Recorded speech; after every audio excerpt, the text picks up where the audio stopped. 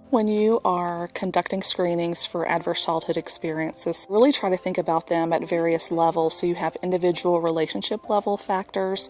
So you have things such as the parent's age, the socioeconomic status of the family, whether there are a large number of children in the family. You have relational variables to consider. So what is that parent-child relationship like? You also have community and societal factors. So are there things at the community level, for example, social support? Is there a lot of social support in the family?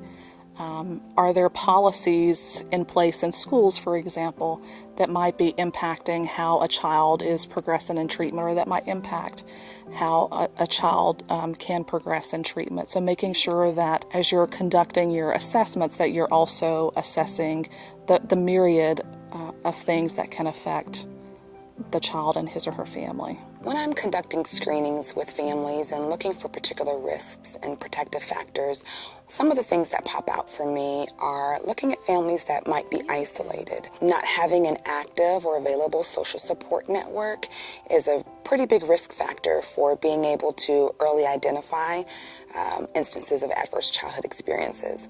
Particular cultures are at higher risk for this type of scenario or circumstance, such as immigrant families.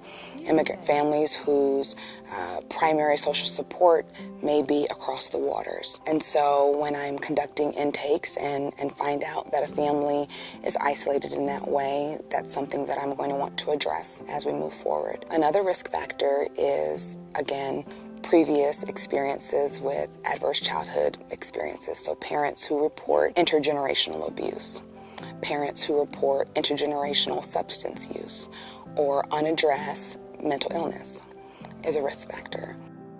As a mental health provider, you may be called upon to address trauma and other symptoms resulting from exposure to ACEs. This work may include screening children for exposure to ACEs and related risk factors. You may also need to assess parents and caregivers for exposure to ACEs and related symptoms so they can receive appropriate care and, ultimately, reduce the chance that their children will experience ACEs. A dual generational approach to screening for ACEs really means that an individual is considering simultaneously the parent and the child's history of exposure to adverse childhood experiences. And so when it comes to mental health treatment, for example, it also means making sure that not only are you assessing and screening for those things, but also that you're providing appropriate treatment to parent and child for adverse childhood experiences. Taking a dual generational approach to screening for risk and protective factors, for me, means just having interviews with both the parent and the child, sometimes separately. In the intake process, having an interview with a parent where they feel comfortable discussing the experiences that they've had in their childhood is important in letting them know that their experience is just as valuable as the one that their child is experiencing. For many families, when they bring a child to treatment, they are under the assumption that you as the provider are here to treat their child and not to treat them.